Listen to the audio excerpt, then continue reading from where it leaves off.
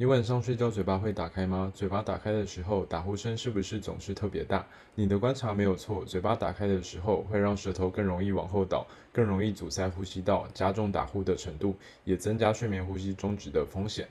那如果把嘴巴贴起来，是不是就能改善打呼的问题？研究显示，睡觉时把嘴巴贴起来，可以让打呼的频率减少48%，睡眠呼吸中止症的严重度也减少44%。